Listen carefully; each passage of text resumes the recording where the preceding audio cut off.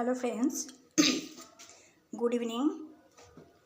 কী করছো তোমরা সবাই, আর কেমনই বা আছো? আশা করি ভালো আছো, আমিও ভালো আছি। এখন আমি বানাবো চায়ের সঙ্গে খাবার জন্য একটা স্ন্যাক্স। কি বানাবো দেখা যাক কি বানাবো। আমি স্ন্যাক্সটা বানাবার জন্যে 2 কাপের মতো ময়দা নিয়েছি, আর এই সঙ্গে নেব বড় চামচের 2 চামচ মতো তেল, আর দেব স্বাদ অনুসারে লবণ। এবার এটাকে মেখে আমি একটা ডো বানিয়ে নেব। এবার আটার যে ডোটা আমি বানিয়ে রেখেছি ময়দার, সে ডোটা আমি এবার যেভাবে রুটি বানাই সেভাবে আমি বেলে নেব। এরপর আমি হালকা একটু ময়দা নিলাম, দেখো 2 চামচের মতো হবে, আর এতে 1 চামচ থেকে 1.5 চামচ তেল দিলাম। এবার এটাকে মিলিয়ে একটা ব্যাটারের মতো তৈরি করব।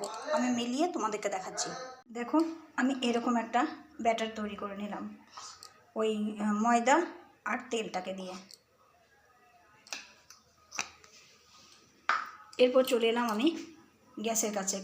গ্যাসের কড়াইটা বসিয়ে দিলাম। এবার এতে সামান্য পরিমাণ তেল দেব।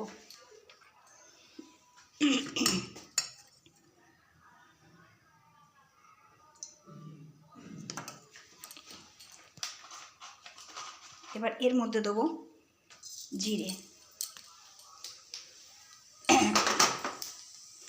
তারপরে আমি একটা আলু নিয়েছিলাম, সে আলুটাকে আমি ম্যাশ করে নিয়েছি। এবারে আলুটাকে আমি কড়াইয়ের মধ্যে দিয়ে দেবো, দিয়ে একটা পুর বানিয়ে নেব।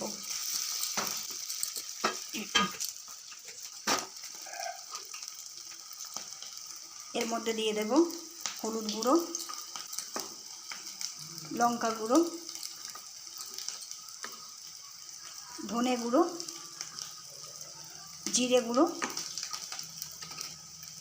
পরিমাণ মতো লবণ। এবার এটাকে আমি নেড়ে চেড়ে একটা পুর বানিয়ে নেব।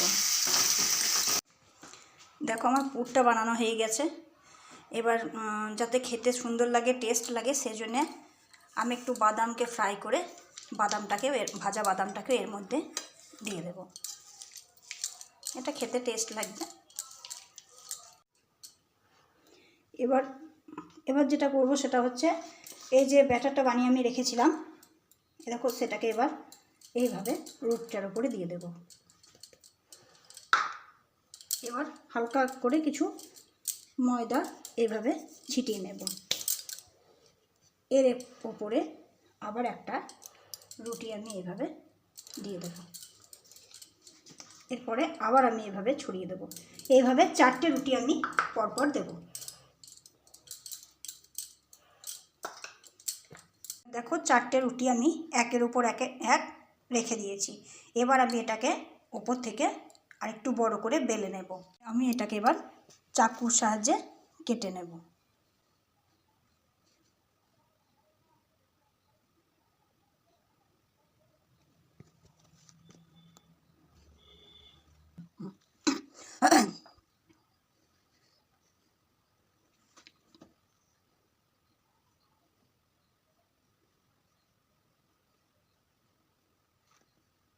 দেখো, এগুলো ছোট হয়ে গেছে, তো এটা একটু বড় করে বেলে নেবো, কেন আমার এটা ছোট। এবার দেখো, এবার এই যে পুরটা আমি বানিয়ে রেখেছিলাম, এই পুরটা আমি এখানে দিয়ে দেবো এইভাবে।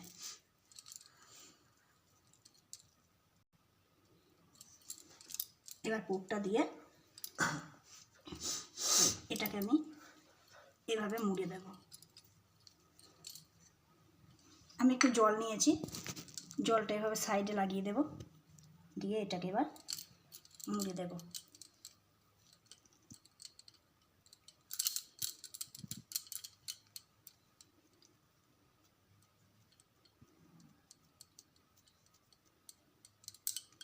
দেখো, আমি একটা কড়াই বসিয়ে দিয়েছি। কড়াইয়ে আমি তেল নিয়ে নিয়েছি, তো তেলটা আমার গরম হয়ে গেছে। এবার আমি একটা একটা করে এগুলো ছেড়ে দেব তেলে।